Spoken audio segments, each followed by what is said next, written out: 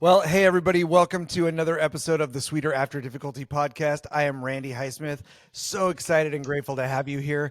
Today with me, our regular guests, Jordan Lopez and Chris Anderson. How are you, boys? What's up? Doing good. How are you? Good, good. Doing well. Thank you. Thank you.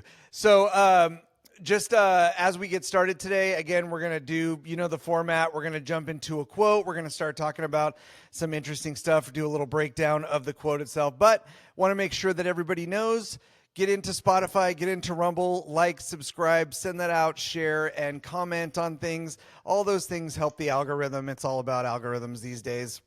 Without getting into the boring weeds of it, it's all about feeding the machine. So please help us do that. And we're just excited and grateful to have you here from the ground level. So today we're going to talk about an awesome topic, one that really hit close to home. Actually, we had like an idea for a topic, and then this quote got thrown out, and then it kind of even hit me more sideways. So I'm super excited to talk about this topic today.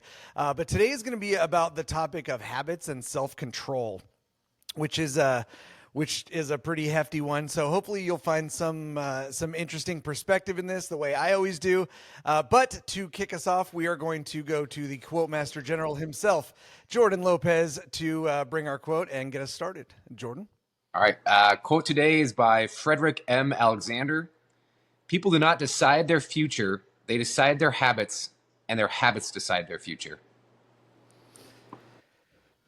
Yeah. Crazy.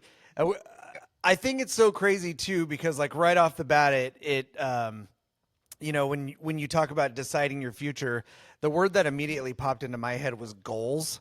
And goals obviously has its place, but it's also become this sort of meme in itself, right? Where you kind of look at somebody who has something and you're never going to achieve it because you're not going to do the work, but you go hashtag goals, just like these things are just kind of funny how that hit me. But I love the idea about how, we're always thinking about what's the next step. Hopefully you're thinking about the future a little bit. But we don't get to decide how that goes, right? How we arrive. We get to decide what we do on the journey, and then that decides where we end up, is what that quote meant to me. But let's break it down a little bit, like we always do. So, obviously I jumped ahead a little bit because it struck me so funny this time when I heard you say it. But what do you think about immediately when you think about the idea of, was it goals that stuck out for you, or just how much control we have, how much influence we have on the future that we end up in? I think the hard thing that a lot of people get stuck in is the achieving that end result. I know we've talked about this I think in one of our earlier podcasts, like knowing that the end result's not guaranteed, and knowing that the work that it takes to get that end result oftentimes might not lead to it.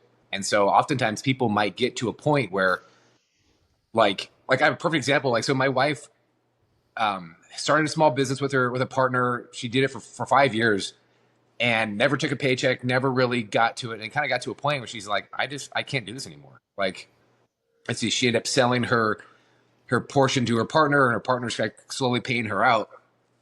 But it's like it's really been a struggle for her to kind of realize that she spent all this time doing something and never achieved the goal that she wanted to achieve. And so I'm like trying to console her and try to kind of work through this situation with her. And it's like, it'd be like starting jujitsu and never achieving the black belt, never achieving something, kind of just stopping halfway.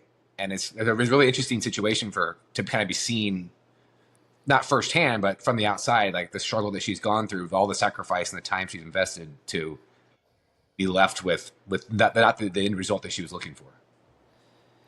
Yeah, I think there's definitely a part of it that ties into that we could certainly unpack about ideas that we had about what we thought was going to be our future, or if we did this, or we planned, or what the potential was for that. What do you think, Chris? I think when I first heard this quote and we were chatting about it as a possible episode topic, my brain instantly went to the word fate. Like in my mind, this is an eloquent way of describing fate. And I think it's far too easy to look at fate as this mystical word that we use when we can't see the habits that we've created for ourselves. And then you're going to sit there and arrive at a future and you're going to say, well, wasn't that just fate? Was it fate, or was it just the result of millions of habits Yeah. over the course of time that landed you there, and most of which you perhaps don't recognize? Yeah. Which one do you think it Reality. is? I certainly think it's the latter. Yeah. I certainly think it's the latter, right? Because Yeah. like you can break it down, Jordan, you're going to love that part, but like the whole idea of wanting to do a thing, knowing that the goal is never guaranteed, requires you to invest in the process. Investing in the process requires you to develop habits.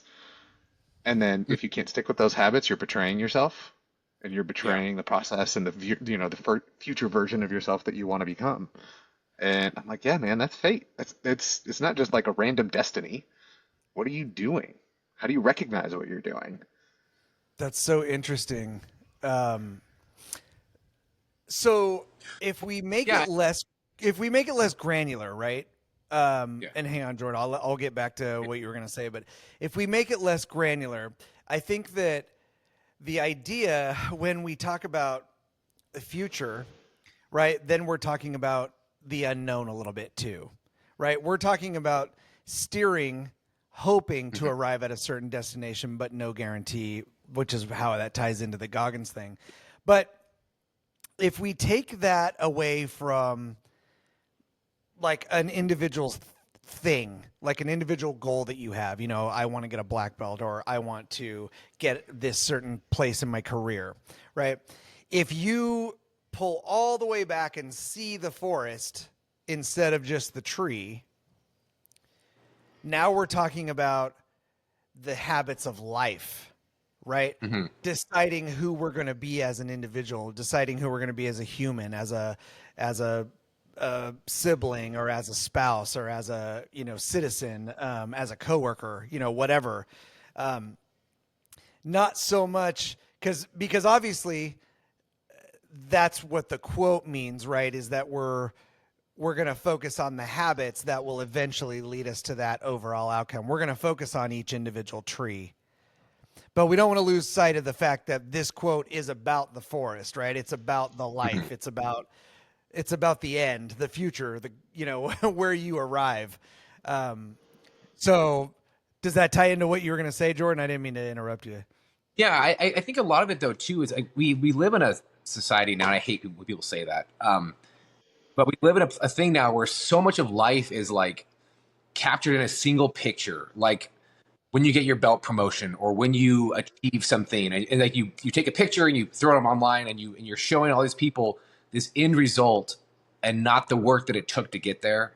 And so often that work that it takes to get there is lost in just a single picture. It reminds me of a really good Alex Hormozy quote. It says, "Everybody wants the view from the top, but nobody wants the climb." And it's like, and that's the kind of the world we live in nowadays, is that the picture is the picture from the top, and it's not the climb that it took to get there, the hundreds and thousands of hours of invested time to achieve something. I think it's just social media problem, and So cool. yeah, I love that quote. I have I like James Clear's book, The Power of Habit, and I've read it through a couple of times, and I have like a little sticky on my desk. As I'm sitting here working every day, I can glance over at it, but it's every action is a vote for the type of person you wish to become. yeah, And I think it's so similar to, that Alex Hormozy quote, in the sense of like, if you're way too focused on the end goal that you don't control or don't have a plan for the actions that you're taking, those actions are going to happen anyway. Like you can be intentional about it, or they're going to happen around you as a consequence of your environment. Yeah, because we're not talking about right. We're not talking about what drives the ship or the relationship to the boat in the water, right? We're talking about the specific actions that we take to try to steer the ship. So yeah. with Identity. the understand right. So like with the understanding that we're thinking about the future as a whole thing. Now let's get down into the habits of it, because I think that this is where people have the most trouble. And I think particular when you look at something, so, obviously I'm not going to speak for everyone, but it seems to be a pretty common thing that, no one thinks to address a problem until it starts causing discomfort. Right. So, maybe you don't feel a little good, or maybe you don't like the way certain things are going at work, but you're not really making any changes because it's probably going to take more than one like drastic change to start affecting even the current situation you're in. And we live in an instant gratification world right now, right? So you don't really have to wait for most things. You can just go somewhere else if where you went to get it, you can't get it, right? So what do you think the important steps are to to both developing good habits and identifying habits that are not good for you and replacing them with things that are?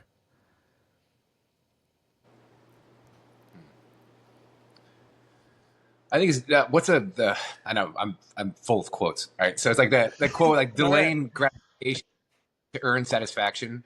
Like so much of life, you need to delay things to get the better thing, right? Like the easy solution, the quick solution oftentimes is not the right solution. Yeah. And it sucks because like, I don't know, it's Amazon's fault, right? I can order anything I want. 2-day shipping. I need a new microphone. It's here today. Like, there's no waiting anymore.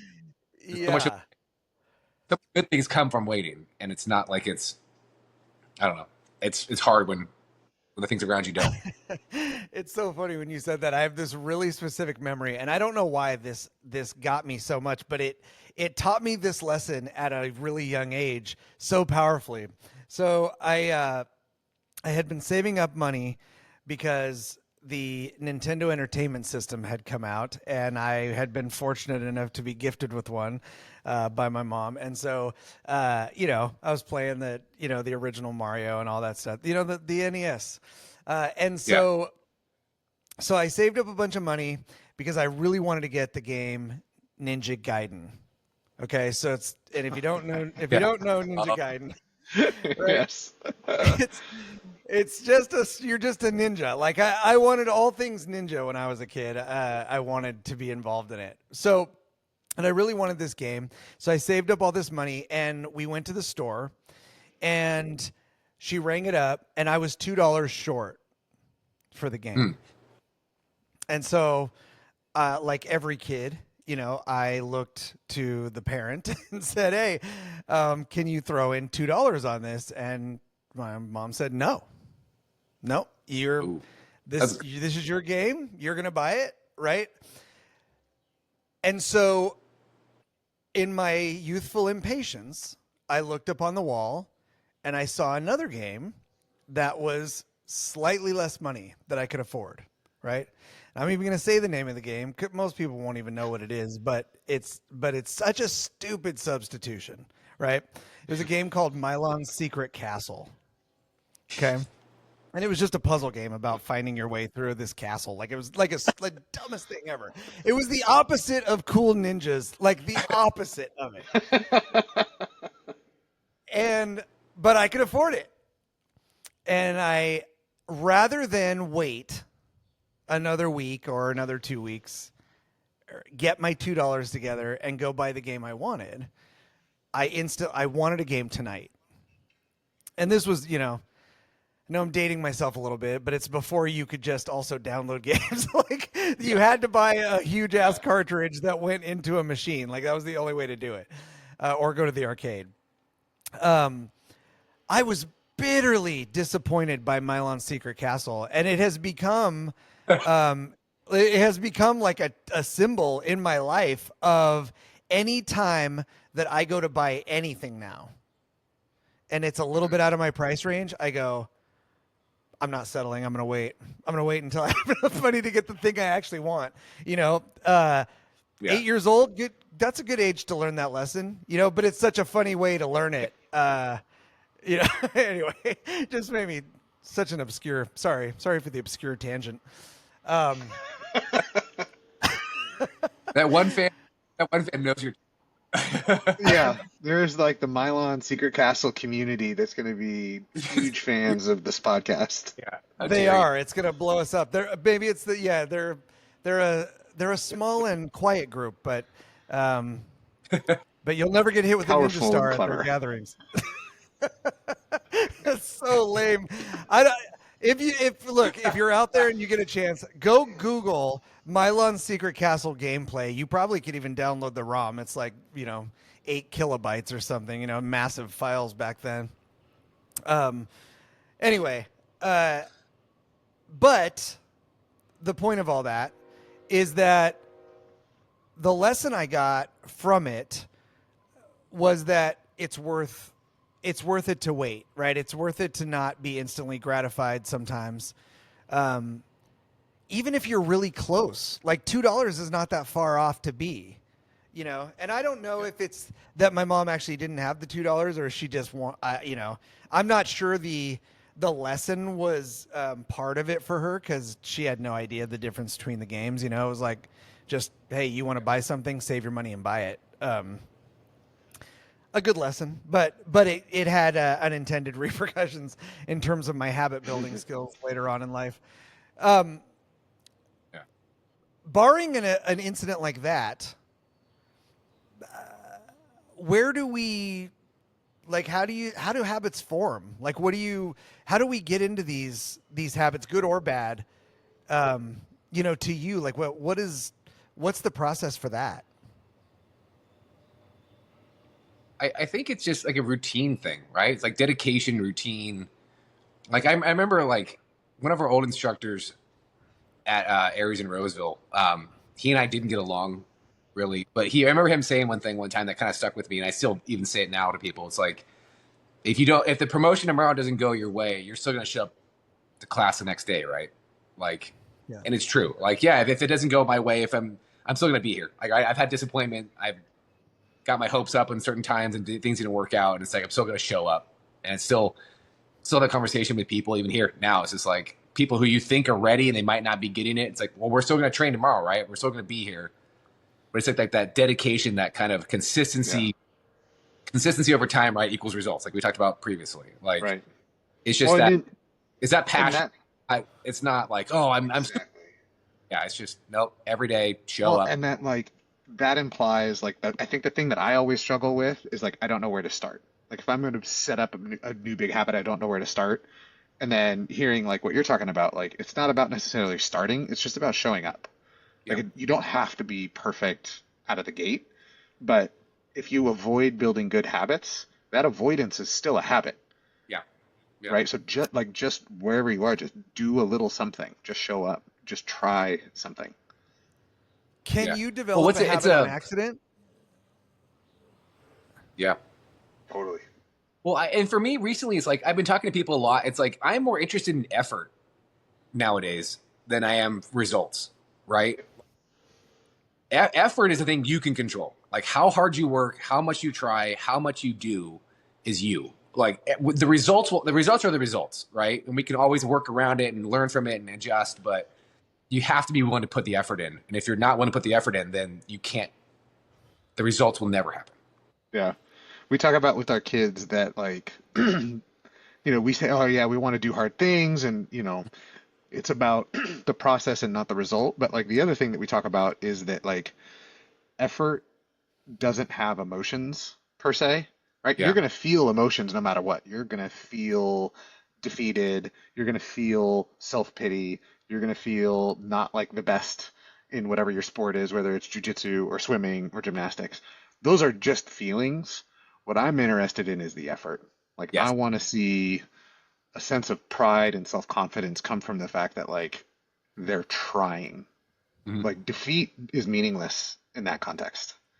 I just want to see you try because that's where the resilience, self-confidence, the personal growth, like all of that stuff is in the effort. Yeah. And every day, try every day. Yeah. So And it's going to look different for everybody. Yeah. And that was going to be my next question is, so we talked, just even in this brief conversation a little bit about the instant gratification culture. But we also, Jordan, you mentioned something interesting, which is that one picture, that moment in time frozen that then has captions that represent, you know, uh, Yeah. a habit or a string of habits or whatever.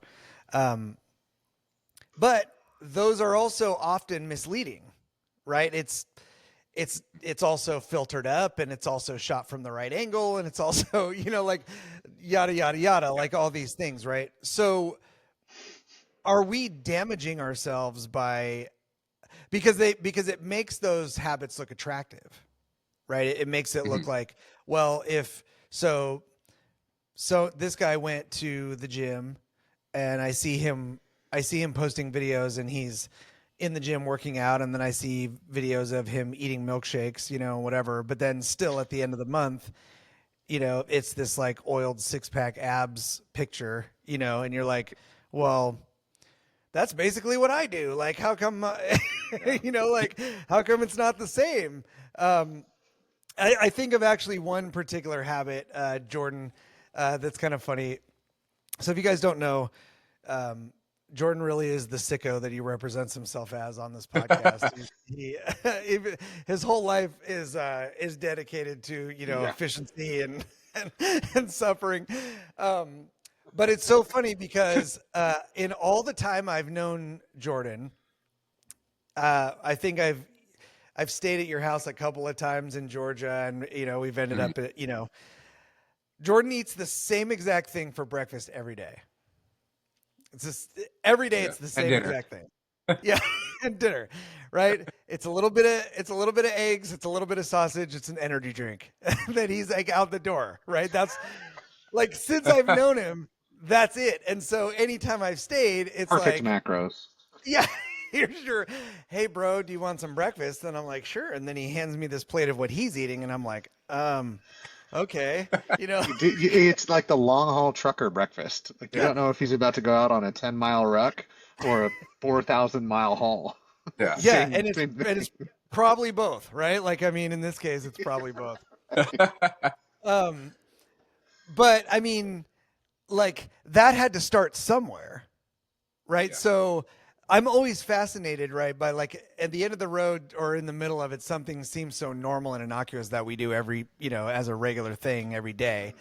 Um, but then just like breaking down ideas, you know, how often are we breaking down our habits? And I think it's probably not very often. Like I said, I think it comes down to you start experiencing something that causes you discomfort, or you compare yourself to someone else, that seems to be further along in their goals. Maybe they have similar goals and they just seem to be achieving them at a different level as you. Um, what do you think, though, is the process of identifying those habits? Is there a way to do that before it starts to cause us discomfort? Like, how can do you ever think about, you know what do I do regularly that I just don't even think about anymore? you know is there Yeah. Do you have things like that in your life? Yeah. I think it's routine, right? And that's kind of the way my brain works is Yeah. I'm very much a creature of habit, right? I do the same thing, wear the same clothes. I want less things to think about. If I can routinize my food and routinize the stuff that I wear and stuff like that, then it's just like one less thing for my brain to process. So I can spend more time thinking about work or jitsu or whatever. Like, Yeah. and it is, it's like for me, usually for me, the habits kind of come with a little bit of like, not pain, but like, oh, I don't like this about myself. Like, oh, I'm a little heavier than I want to be right now. And so I kind of tighten up little things and make little adjustments, right? And the little adjustments usually stick a lot longer than the big adjustments because they're more easy to maintain and more easy to kind of keep going in a consistency, right? Right. It's a time when you have somebody who's like really overweight and they're like, I want to lose 100 pounds. You're like, dude, just lose like, and then we'll kind of keep chipping away at that number Yeah. versus swinging for the fence and not and coming up short every time. Yep. So, We talk and I about think, that. oh, go ahead, Chris. Yeah, yeah. I was just gonna say we talk about that all the time. We have a little code word for it in our family called BAM, and my wife and I call it the bare ass minimum. Yeah. And really, the whole idea is that like we're not trying to like kill the goal or make the goal smaller. We're just trying to shrink the habit. If we can't go out and do the full hour of lifting that we want to do, go do 5 push-ups. Yeah. What's your bare ass minimum? Yeah. Because it's the momentum from those habits that are going to be the most impactful. Well, yeah, and I think a big thing, like for me, is like a good thing I noticed is like, so I love pull-ups, right? I've been doing pull-ups for like 12 years, trying to just slowly chip away at pull-ups. And my first time I could barely do 2 or 3, and it's just like over that time, that number slowly. And I love pull-ups because it's like you can't be naturally good at them. Like it's a kind of a thing where it's like you just take you years to get good at pull-ups, and Yeah. now I can do a lot of pull-ups, and it's like it's a very fun thing to be able to do, but it's like if I said somebody should like, oh, let me show you some pull-ups, and I just crank out 30 of them, like it's a complete perspective of Yeah. the 12 years it took me to get to this point. Like, How do I Amazon Prime myself a set of 30 pull-ups? Yeah, but it's but Prime Week, right? go, oh well, yeah, I wish I could do that. Like, well, dude, it's taken me 12 years, like, and I do them almost every day, like, and it just is what it is. And but yeah, it's the result, it's the climb versus the view from the top, right? And knowing that and just what you want, then it kind of So works out that way. do you think it's fair then to say that, because I think I've experienced a couple of really big scenarios when it comes to someone reassessing their goals, right? And in the case of needing to lose weight per se. So like the first one is, well, if you have 100 pounds to lose, then you don't have one little adjustment to make, right? So Mhm. your diet's not right. Your exercise and activity levels also not right. Your sleep is probably completely destroyed. Your screen time habits are probably completely out of whack. There's a lot of factors that play into that, right? So you get Yeah. someone who goes, "Well, I'm not going to do it. I'll never do it because I'll never be able to establish 4 different completely opposite habits of what I've been doing up till now," right? So the defeated before you even start mentality. Mhm. But I think that that's not the moneymaker, right? I think the moneymaker is the people who just go, "I'm not going to lose 100 pounds. I'm going to lose 200 pounds," right? And then they go insane with their goals, and they go, "I don't care. I'm going to attack everything," and they try to upset the whole cart at once. And then it's Yeah. like way too drastic of a, and they start drowning, Well, Yeah. it's necessary for honest self-reflection, though, right? Like, how honest are you with yourself when it comes to weight loss, especially weight loss, right? Because it's Lots of stuff. so ubiquitous in society now. Like, there's so many people who are overweight, and then you come to the South, and it's a lot more even in California. Like, this just the culture and the food that we eat here, lots more people are overweight. And it's like, well, how honest do you want to be with yourself? Like, oh, I love bread, or oh, I love dessert. You're like, well, okay, well then weight loss might not be a thing for you. Like, it's how honest do you want to be with how much you enjoy what you do. Like mouth Right. pleasure. How much are you into mouth pleasure? Like, and it comes to in goals. Yeah, the weight loss one is kind of close to my heart. Last year, I lost 50 pounds, and Wow. it took Shit. about 7 months. Mhm. And I've yo-yo dieted my entire adult life, always. And I was thinking back, like as you're talking about this thing, and I'm like, what was different about this time, and why has it kind of stuck? And I think it is all about like Randy, what you were saying. All these other times, I was trying to tip over the apple cart. I was like, I'm gonna lose 50 pounds. I'm gonna lose 50 pounds. I'm gonna lose 50 pounds. And then when I wasn't losing 4 pounds a week, I would get so down on myself about it that I would be like, all right, you know what? I'm gonna stop, and then I'm gonna start again next week. And then, if I stopped on a Wednesday, Thursday, Friday, Saturday, Sunday, we're all like Yeah. 2,000 extra calories a day.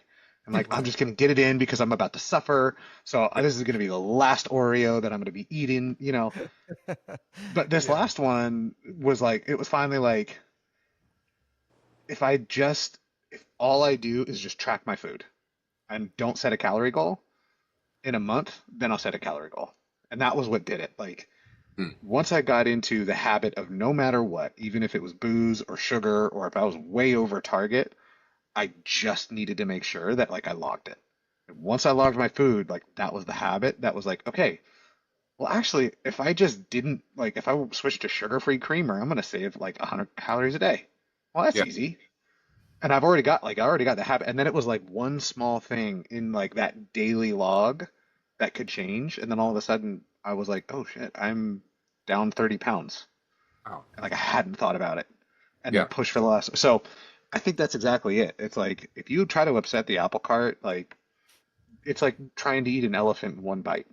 You can't Yeah. like small bites. What did if you don't, I don't remember what did JT do? He did an apple cart thing, didn't he? And he's kept the weight He went, off.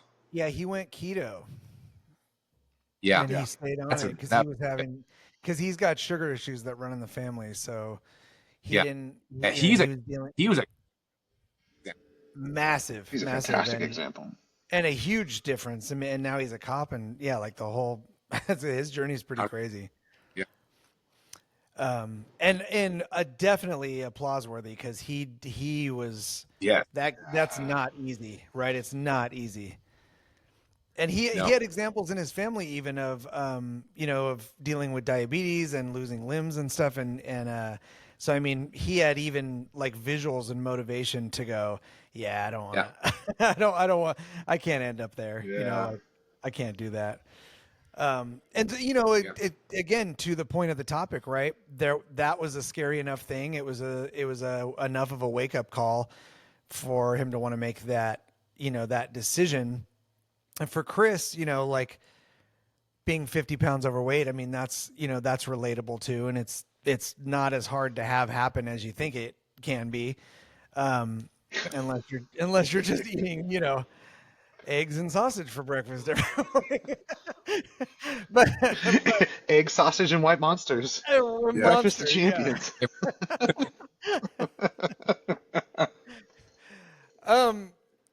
Okay, so in terms of habits, when we look around and we decide what we want to do, or we decide that we want something to either be a new part of our life or to have no longer be part of our life, and we want to make some changes. They say it takes 2 weeks to form a new habit, but I don't know. I think that's a really like overgeneralization of thing. I think it massively depends on the habit, right? Yeah. Like I can go make myself run, on a track for the next 2 weeks and then easily just quit, like because I hate it so bad. Yeah. So we've come back to the edge of this, right? And we've said, it comes down to routine, but there's an ingredient I think that's missing from that, right? There has to be desire first. And I think that the level of desire, the intensity of your desire is what decides if it's actually going to become a habit or not. What do you think about that? See, I think I have an interesting thought. So I do things where it's like I do it until I don't hate it anymore. Like I did that with running. I'm like, I'm gonna run until I don't hate it. Interesting. And I actually had recently. So I had donated blood for the first time like last week, and it was terrible. And I felt like all queasy and like lightheaded and kind of my first experience with it. And I got down. I'm just like, I'm gonna do this again until I don't have this experience. Like I'm gonna don't have a bad experience. Just in case And none so of you it's out like- there believe me about who Jordan is as a person. Yeah. Right. Right. Well, How so I- then, like- okay, Yeah. okay, but let's dive into the mad mind of Jordan here for a second. That idea of doing something you hate until you love it. What Yeah. is wrong What is with your- you? Yeah. First and foremost, right? This question must be asked. What is your problem? I know your parents, they're normal people. Like, what happened? Yeah. They're great. Yeah. No. But seriously though, what is your mindset then? Like, because that's it's hard for me to even conceive of the idea of doing something I hate until I loved it. I mean, what is your brain doing? Like, what are you telling yourself? It's just I think it's just that consistency thing. And I'm Look not at that that I don't big do that. smile on Love your it. face too. I want everybody to I just know. take a second here. He's like practically giddy, thinking about some This new way is to make himself Christmas chuckle. morning for Jordan. Right. So Well, 'cause sick. you're peeling back my problems right now, and so. Yeah. But yeah, So I sorry don't do things until I love it. I just do it until I don't hate it. until you And don't hate so, it. yeah, Okay. because I don't know. So my buddy here in town is like, we did a thing called the vomitorium last year, and it was, it was 25 burpees, quarter mile run, 24 burpees, quarter mile run. And so you ended up running like 5 miles and doing like hundreds of burpees. And so we were kind of laughing about it. And we did that last year. And I remember like how much I hated running. And I'm like, I gotta start running now until I don't hate this. And it was months until I'm like, oh, I can go for a run today. I'm like, oh wow, okay, I don't hate this anymore. I can stop. Like, but I don't know. It's just like doing hard things, like mental or physical, or I don't know. I don't know. I like that kind of pushing myself to a point where it's like, I don't know. And it's not just always physical, right? It's giving blood. It's having a bad experience and being like, people do this all the time. And Right. if I can figure out how to not have a bad experience doing this, then I'll be better for it. Right. But I know I've got problems. Not to go not to go off on a tangent though, but do you approach it the same way, like facing fears? Yeah, I just do it. Like oftentimes I if I have that fear or that kind of that moment of trepidation, it's like forward. I just don't let it kind of get that foothold, get that kind of thing. It's just like, even like talking. So like, I'm not the most sociable person. Like, I like to be in my head. I like to think and kind of put classical music on and not be bothered. Right. If I don't have to be, like, my job is outside sales. And if I have to be sociable or good with somebody, right, I'll be nice and pleasant and do my job well. But if I don't have to be, like, I don't want to be talking to people. And even like today, like, I had a situation at jiu-jitsu where it's like, I should probably go talk to that person. And I didn't want to talk to him. I'm like, whatever. And I went over and talked about, hey, how you doing? You seem like you're down a little bit. Like, kind of just didn't give it that moment of hesitation, kind of the traction that it needed to change the perspective. It's just like, nope, forward, go. Like, and it's just, Yeah. I don't know. What's the worst that's going to happen, right? Like, Yeah. Yeah, what is the But- worst that's going to happen? yeah. I mean, I don't know what do you have a response to that, Chris? So for us normies, Perfect word. and I say this as having, tried to follow one of Jordan's challenges, and I still have like massive PTSD about doing Murph at 7 a.m. and then going to the gym and doing what we called unicorn rolls, which are eight-minute rounds with no rest. Mhm. And I swear to God, I couldn't walk for 3 days. Yeah. And then the very next morning, Jordan posts a picture of him running, and I'm like, I quit. It's not happening. I can't do it. So for us normies, Yeah. uh, Yeah. So often it's I just, have such a standard response too when Jordan's like, "Okay, so I'm going to be lunging for a mile and a half." I had to drop out. Yep, I quit that one.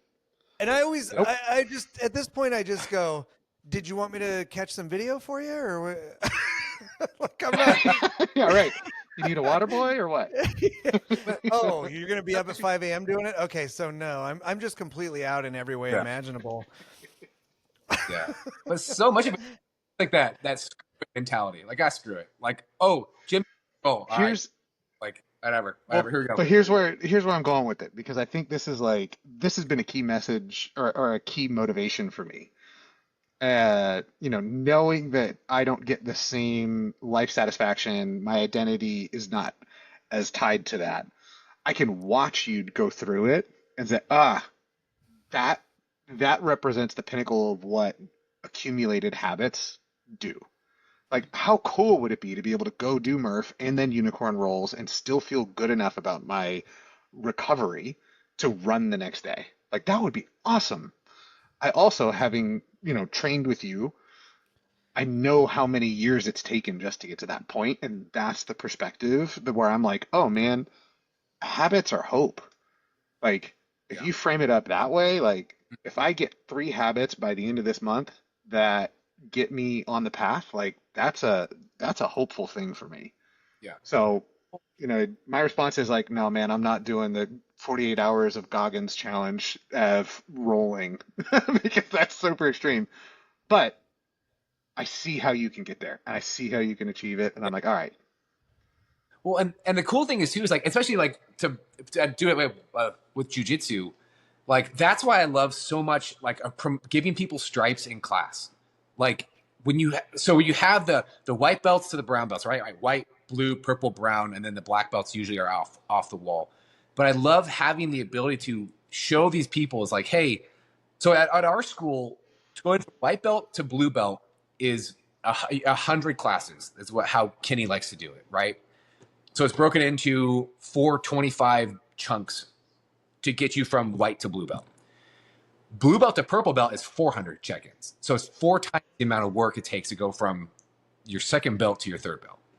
And so as you start getting up in the groups, it's like it was really cool. We had one of our brown belts. We got him a stripe today. It was his first stripe on his brown belt. And it's like 100 check-ins to get to that point.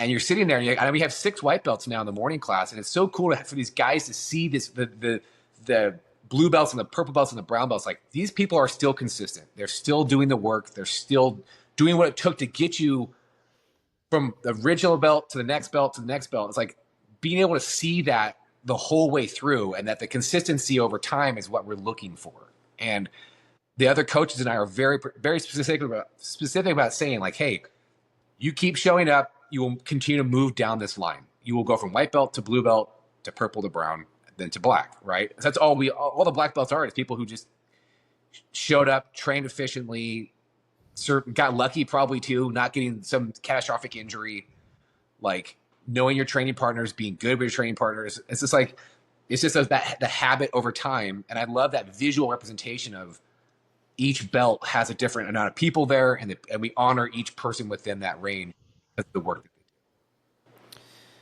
So, my brain doesn't work quite the same way, right?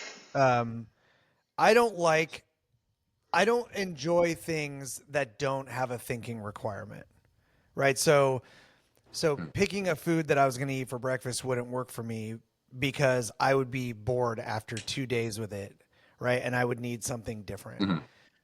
Mm-hmm.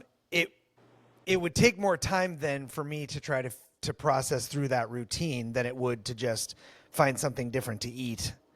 For people who don't have that kind of, for the rest of us normies out here, or like Chris, maybe you have some examples, but as you were going through that process, right, of losing that weight, there must have been times where the temptation to not do the routine and to not honor your habits, came in, or maybe it just was constantly there or what. But for you, what did that mindset look like? Did it require shifting? Was it consistent?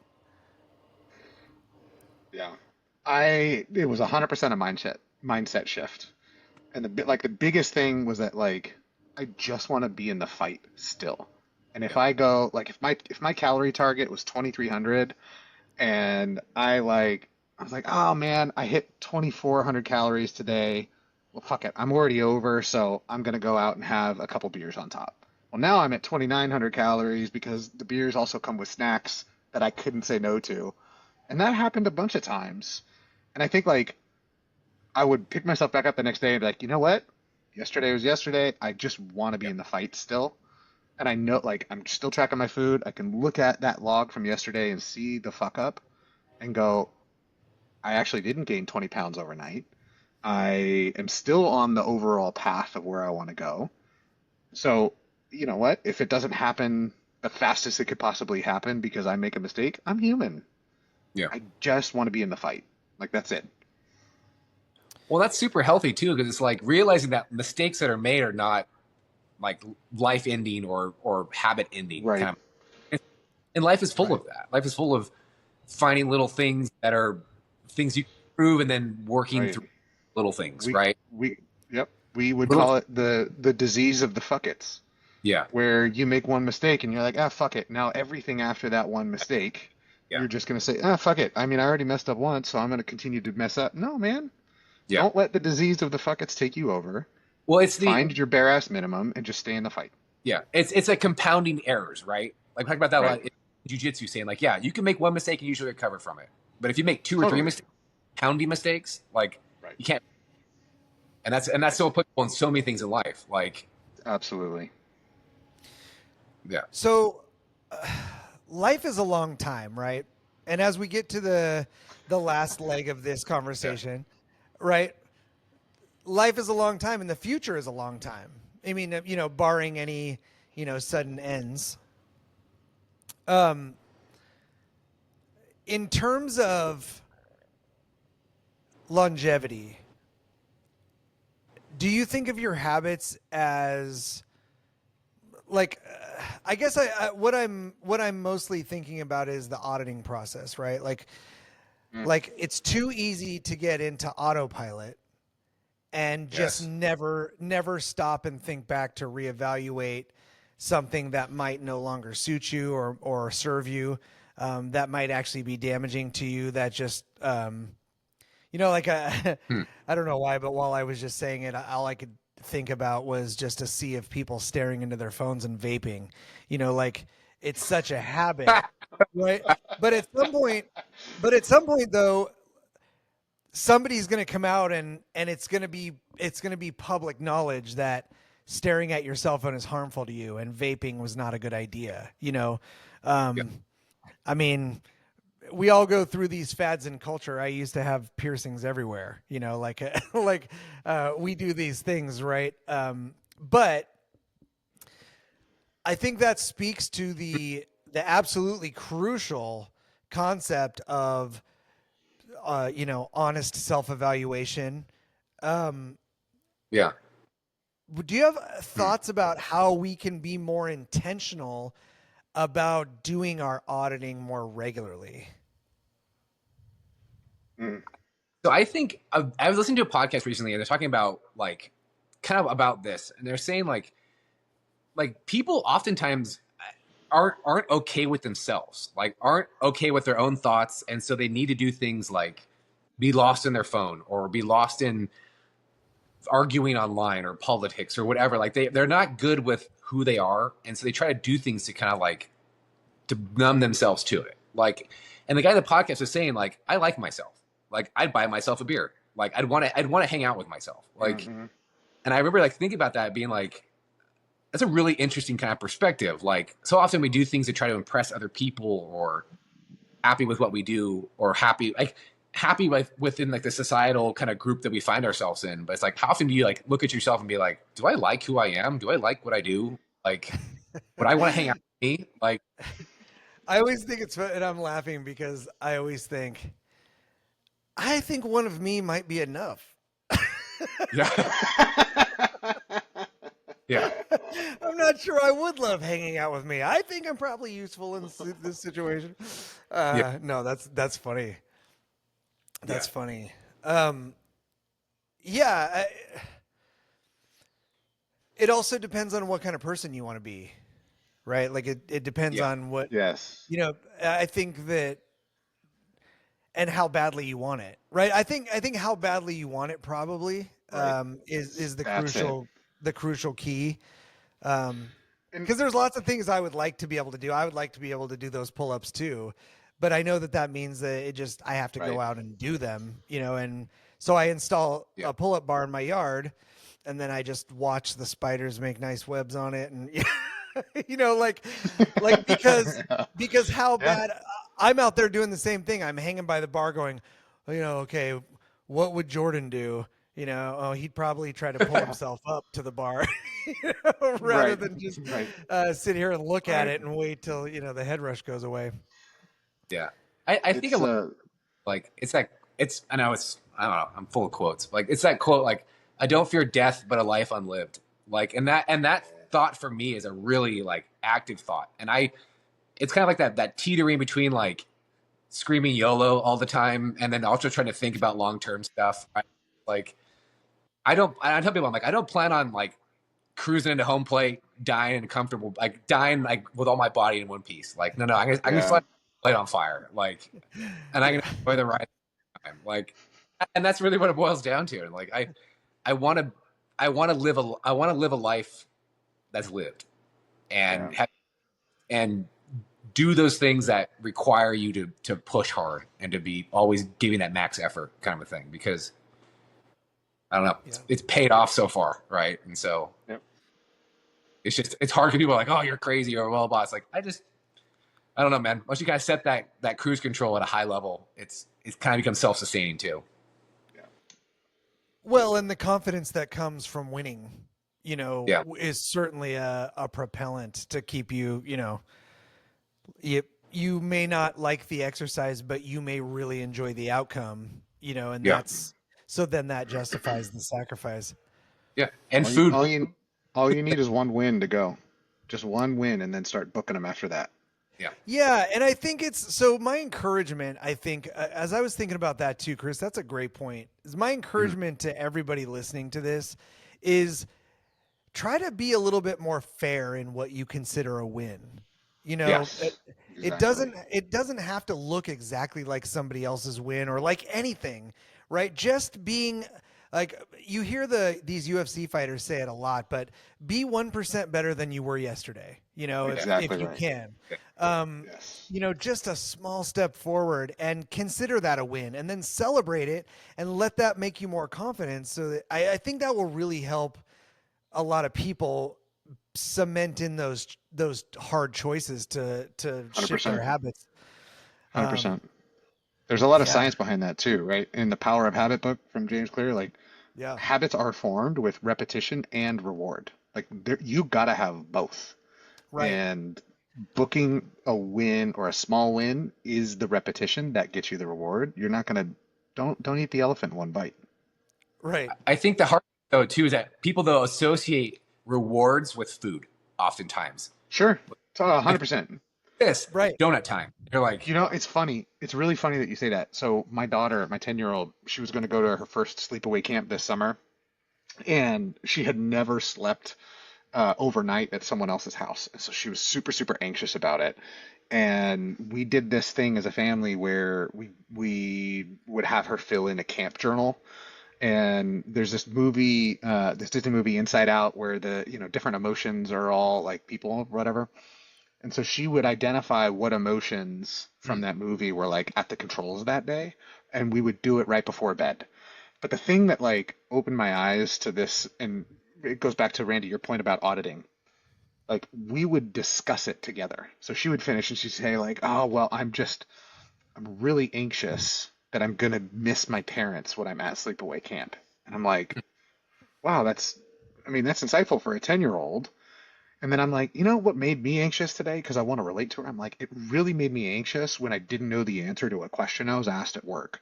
And when I heard myself say that out loud, I'm like, oh shit. Like I really was. And it's so easy to like be inside your head all the time and not know what habits that you've got going on. And then just talking to my 10-year-old for 2 weeks, like trying to relate to what she feels is anxious and showing her that grown-ups feel anxious too. I'm like, shit, I gotta do a camp journal now because it's like that's the audit for. It's such a great point and such an impacting lesson. Because I think all the time, I told a little bit of my story before, but just being incredibly out of shape and unhealthy and feeling crippled, even with all of that, the actual thing that got me to walk into a jujitsu gym for the first time and make that first choice to change my habits was we were taking care of my wife's elderly grandparents. And when they got to the very, very end of, their struggles with the disease and, they were finally about to pass, they would, go into assisted care.